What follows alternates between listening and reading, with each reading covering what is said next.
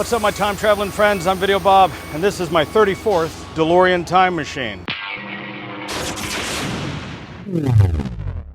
So yeah, no kidding, 34.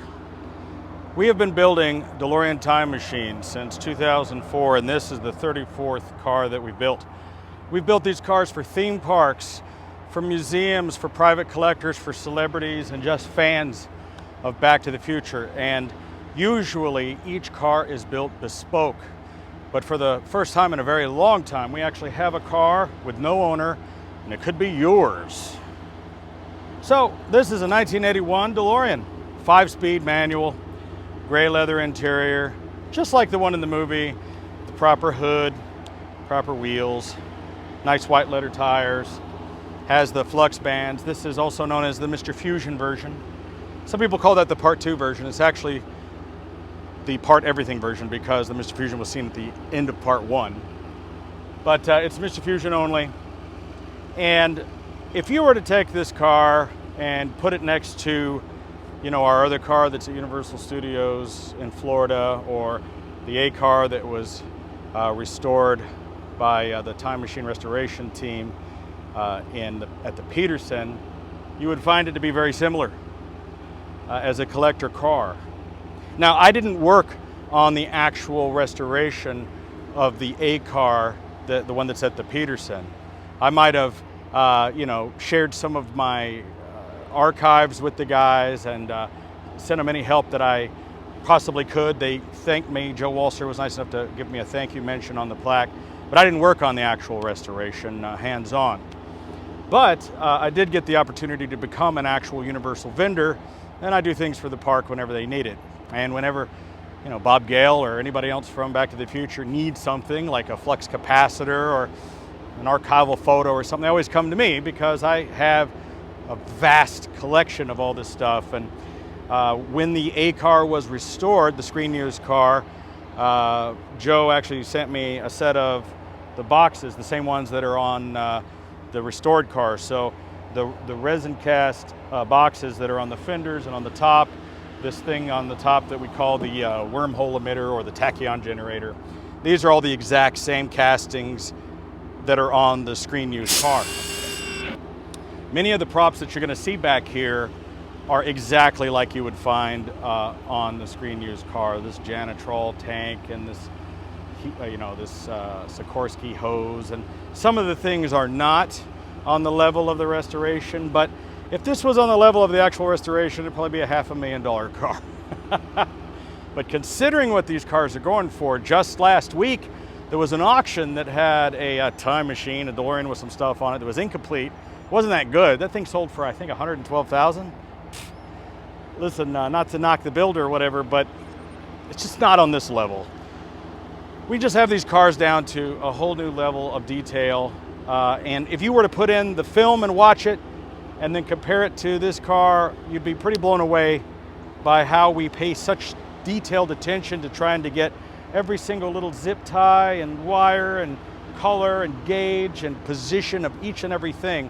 And how we did that was going to visit the restored A car at the Peterson with a high resolution camera, some measuring equipment, rulers, calipers and things, and we went over the entire car round and round and photographed every square inch of the car. Then we made detailed books, and as we're building the car, we can refer to the A car as the new gold standard of exactly how we're going to put the car together. There's a few slight modifications that we have to make to the car so that it makes it drivable and livable. The original back window in the film car was completely removed, and we do seal that completely so that it is as waterproof as we can get it. Also on the rear vents, normally it would enclose the rear tail lights, but we've modified it so that you can still easily open the rear deck. We'll demonstrate that here in a minute. But those are, I think, some small sacrifices and details to make the car safer and more livable.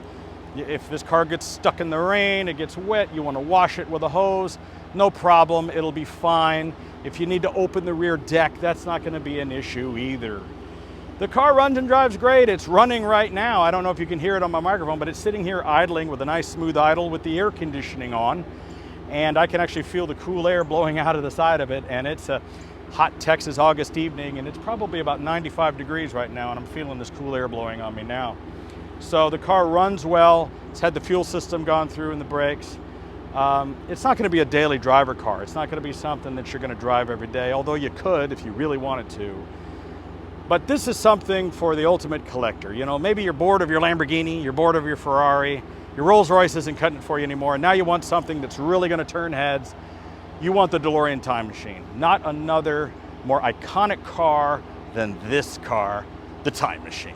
A common and reasonable question we get all the time is, how do you access the engine on the DeLorean Time Machine? Well, the engine cover is just like it would be on a stock car, but we no longer use the latch system. It's just not needed. There's so much weight holding this down, it's not going anywhere. You simply have to lift it up. On the original screen use car, there was actually an underhook that went here. It required all kinds of tools. We have modified it slightly to make it easy to get to in an emergency. All you have to do is just lift it up just like that.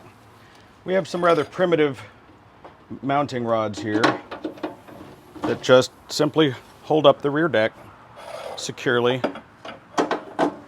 You can do it by yourself, and it's very solid, not going anywhere, and you have full access to the engine bay. The engine and car's electrical system is completely stock and untouched by the conversion. So the fuses, the relays, and the operation of the car stays completely original and intact and is not modified in any way. If you need to do major engine work to the car, you can easily remove this entire upper deck lid. Just disconnect the hinges, couple the hoses, this whole thing comes off, and you have all this to get to. If you have to do major service to the front of the engine accessories such as the water pump and things, it's not that difficult to remove this entire rear section off the car, which is the standard procedure for doing major water pumps and things like that. So it's really easy to get to, not a big deal at all. Some of the basic DeLorean upgrades that have been done to this car are the stainless steel fuel lines. This is important. You may have seen memes and pictures out there of DeLoreans that have caught on fire. 9 times out of 10, the fires were caused because of these fuel lines. This is the same Bosch K-tronic mechanical fuel injection system found on a lot of other cars, and similar to those found on Ferraris, Mercedes, Jaguar, Porsche. And the plastic original lines would break, spray fuel onto the coil in that box, car catches on fire. So this helps to eliminate that problem and minimize the risk of fire, and also gives you higher, more solid pressure for your fuel. This is a stock DeLorean PRV V6, and it runs great. Cold start.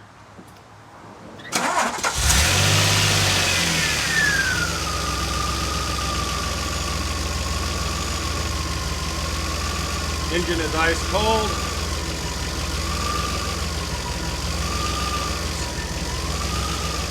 Just touching it to show you it's cold.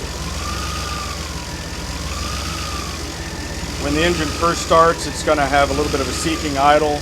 Once it warms up, it'll go to a flat lower idle. So to show you the air conditioning is working, if I were to check my palm, it's about 85 degrees here. But inside where the air conditioning is, we're getting 64. It's dropping. Give it a second, it'll continue to drop. But it's pretty cold. It's nice chilly air. We're down into the 56. So if I hold this here as it cools, it'll probably get down to, who knows, maybe even less than, are we going to get to 40 degrees? Wow. So yeah, it's a nice chilly air conditioner. All right, well, speaking of temperature, this car's been idling now for about 10 or 15 minutes with the air conditioner running. And let's check the temperature with this laser. Right at the thermostat, 130 degrees, 128. So after running, it's still cool to touch. Yeah. Overflow tank, nice and cool. It's been running for at least 10 or 15 minutes. It takes at least 5 minutes to even get down to the steady idle. So it's a good, cool running car, nice and tight. That means that the heads are good and they're not warped. The oil is going to look good. The coolant is working well. The dual fans in the radiator are working well. System is air bled. It's working great. One of the really cool things about this vent system is that they are open. These vents are open. They are venting the heat from the engine out the vents. So as you're going down the road, the engine is behind you, and all the heat on top of this engine is actually going out these vents, and they do work as actual heat sinks as you're going down the road. And when you stop, the heat vents out of the engine, right out of these vents. People will comment that they'll feel enormous heat coming out of the tops of these. It does help keep the engine cool and protected. It's really easy just to drop this down. And like I said, this entire system is an open system. You can look down in there and see your engine, but it's protected. And the heat is flowing out. So that also helps with the air conditioning, because the air conditioning only has to do a small part of the cabin, and all this heat is behind you. Okay, to answer another common question that I get about our DeLorean Time Machine replicas is, how do you access some of the original stuff for the car? The original car's battery is behind the passenger seat behind here, as it normally would be, okay? And this is how it is stock. But we've added this battery cutoff switch for many reasons. You know, when you have a show car, you want to be able to turn the battery off, or for any car, you want to be able to turn it off. You can reach that from the driver's compartment, reach behind the seat and turn the power off in an emergency if you ever have a reason to. If you're going to display this car and take it into convention centers and hotels, fire marshal is going to ask you to disconnect the car battery, and you can disconnect the car battery. The prop battery that runs all the lights is a completely separate electrical system, not connected to the car in any way. So when you go to a car show, for instance, you can turn off this battery and you won't have to worry about anyone messing with the car, running down your battery, running the props. That runs on a completely different electrical system. Now, to access the relays and fuses and things that are behind here, you will require an Allen wrench. You can take out a couple of screws. This panel comes out, and underneath here you'll be able to access the original DeLorean relays, fuses, and other things. A little bit of a hassle, but you can get to it, and it's not that big a deal. Okay, taking a look at the prop power system, this AGM battery has its own battery cutoff switch that feeds this small little easy to access fuse block. This runs all of the electronics in the car that have to do with the props. The flux capacitor, the switch, the time drive circuits, everything that's not related to the car.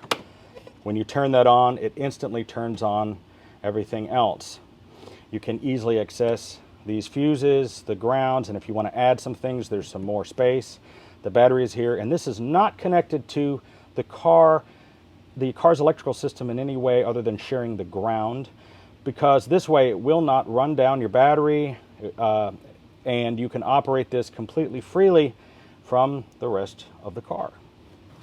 Under the bonnet of the DeLorean, this is your trunk space. Now, we've mounted a Marine 20 amp dual battery charger under here that charges both the car battery and the prop battery. This is powerful enough that when plugged in, you can leave it on permanent display.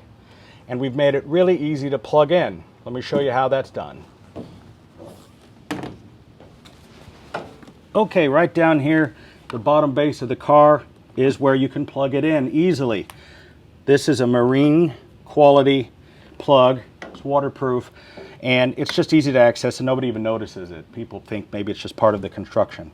You open this up, plug it in with any standard 3-prong electrical cord, and you can keep it plugged in. So if you want it on display, just get yourself a nice black cord, run it under the car. No one will even notice. There's so many wires and plugs all over this car. People just think it's part of the props.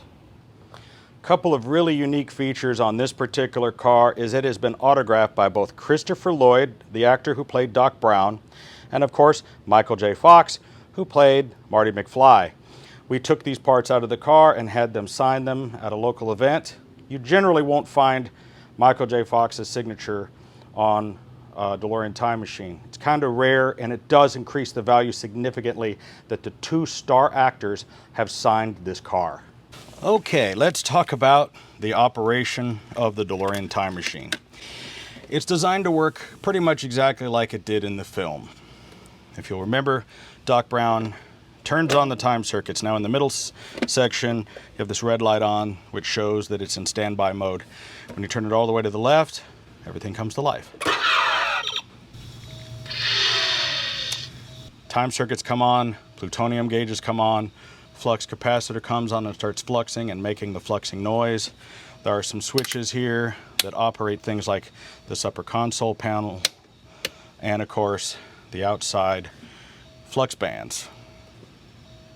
Now, this speedometer that's up on the dash operates by GPS. There's a little antenna, little GPS antenna that we've hidden up there with the props. And as you're driving, it gives you your actual speed using GPS. Now there's a little trick. If you happen to drive 88 miles an hour, it will trigger a relay that will activate the time event sequence. Now, if this little small switch here is up, I'll show you how that works in just a second, okay? Now, you can trigger this several different ways. You can also spin this little knob that's at the front of the box and make it display any speed you want. Or you can press this red button, which will do a time event sequence, which it'll ramp up to 88 miles an hour. It'll travel through time, then it'll come back down. Let's demonstrate that real quick. We're going to go up to 88.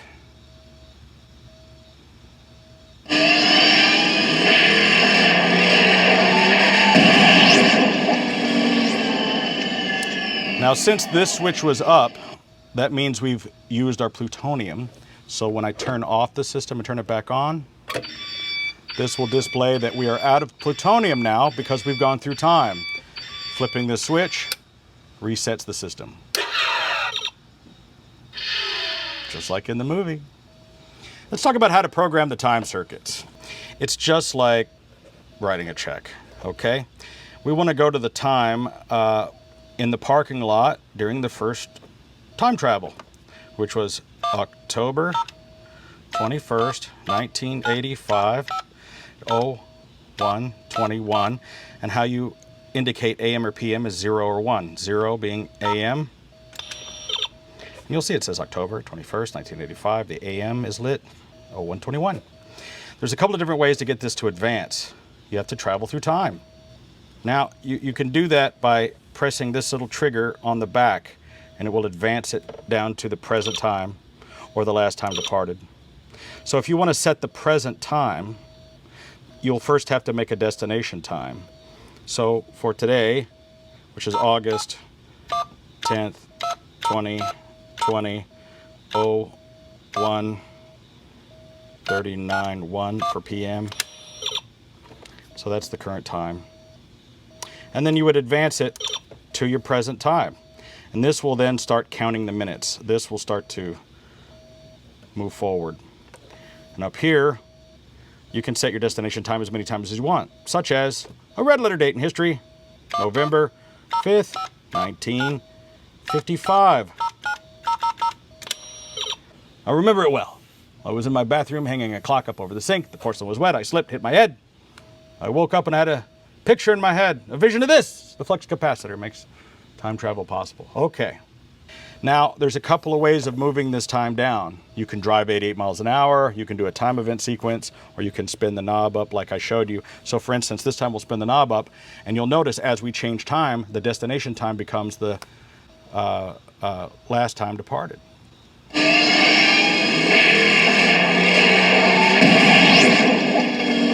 now it's changed. Isn't that cool? That's how the time circuits work. That's how the plutonium gauges work. That's how the time drive system works. This upper console that I'll show you, it doesn't really do anything except light up. It's just, these are indicator lights. They're not meant to be buttons, and this just lights up.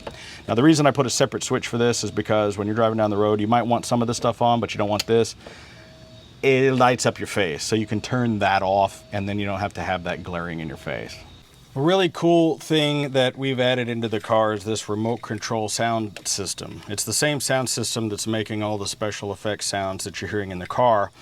What it also does is play music. Now, Because of YouTube, Facebook, and all that, I can't play the music for you. Maybe I could play a few clips and breeze through them, but the way it works, just for the future owner's reference, when you press the A key on the remote, it begins playing the music. When you press the B button, it skips to the next track. The C button lowers the volume.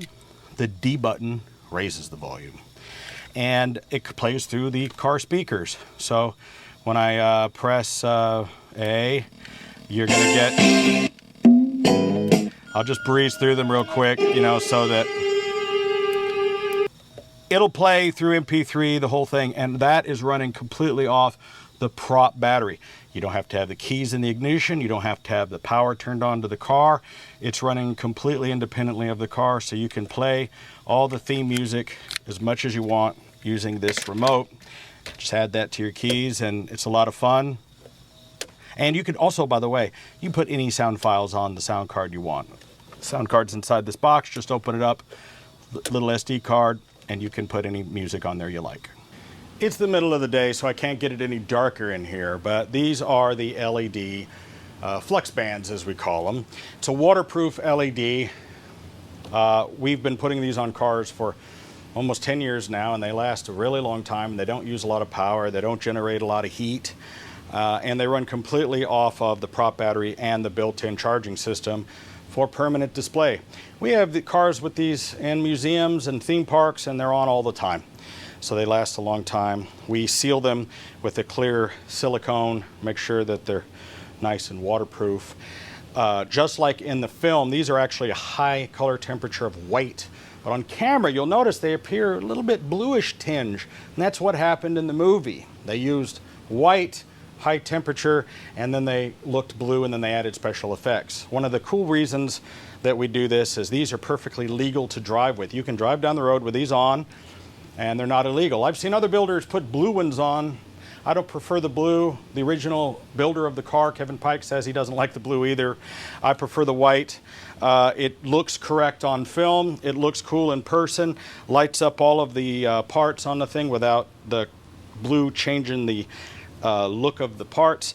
And it's legal to drive in all 50 states, all around the world.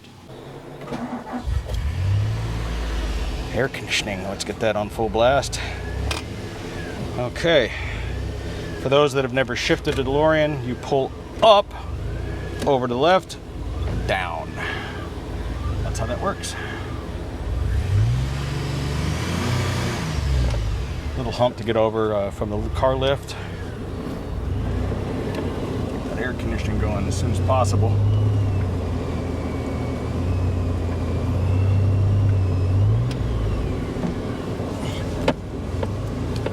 And actually, roll up the windows.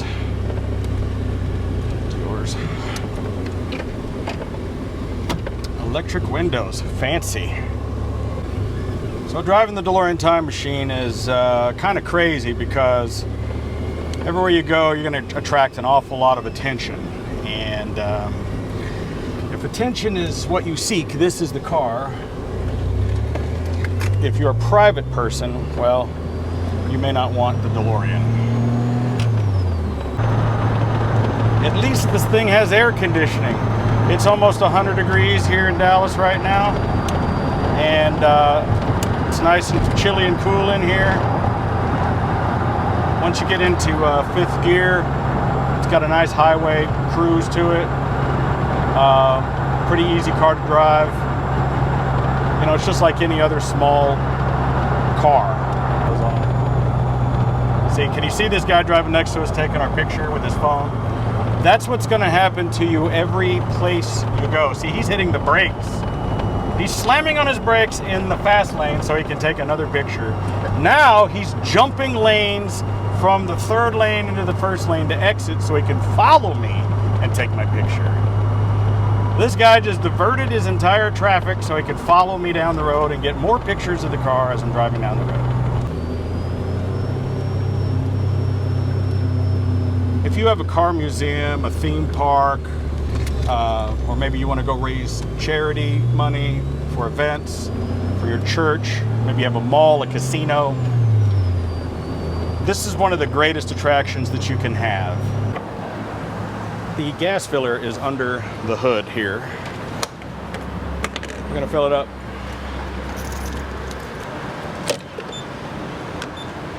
Sure, the flux capacitor runs on plutonium or now fusion energy, but the combustion engine runs on regular gas, so, you know.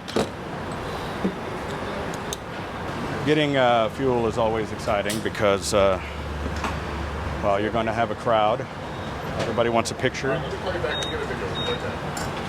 Everybody wants a video. Instagram, TikTok, social media. So every single time that you stop for fuel, there's going to be hundreds of pictures of your car posted all over social media. Great opportunity for advertisement.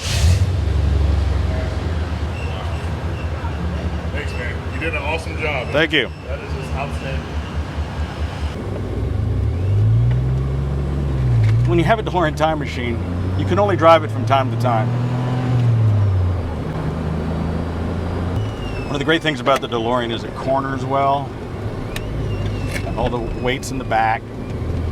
So when you're going on one of those on ramps or off ramps where the sign says slow down to 20, that's usually when you floor it.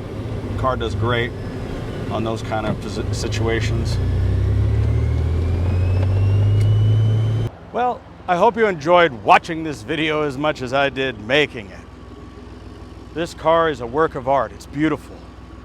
As I've said, one of the most iconic movie cars in all movie history. I think that the stainless steel of this car and the way it's designed is going to endure time. I think that much in the way we enjoy classical music like Mozart or maybe the writings of Shakespeare, hundreds of years from now, at least one of these cars is going to exist in a museum somewhere, intact, maybe even running for future generations. I think that Back to the Future is our generation's Wizard of Oz or Gone with the Wind. It's a fantastic work of art, and we enjoy replicating these, and I put my name on each car. So they're built with pride here in America, here in Dallas, Texas. And I hope that whoever ends up with this car enjoys it as much as we do. It's a deep passion that we have building these cars. I have to thank my team here at Bob's Prop Shop, EJ, Omar, Cole, Fry, Jack, even James, and the help that I get from Denny Baca and Eric Codeville and all the different people. There's people all over the globe that help us bring this together and make it what it is. I certainly cannot take all the credit, but my name's on the building. Hey guys, thanks for watching. If you like this kind of stuff, make sure to like, share, and subscribe. I'll see you on the next video. Oh my gosh, I'm late. I'm always late, and I have a time machine. I gotta go, guys.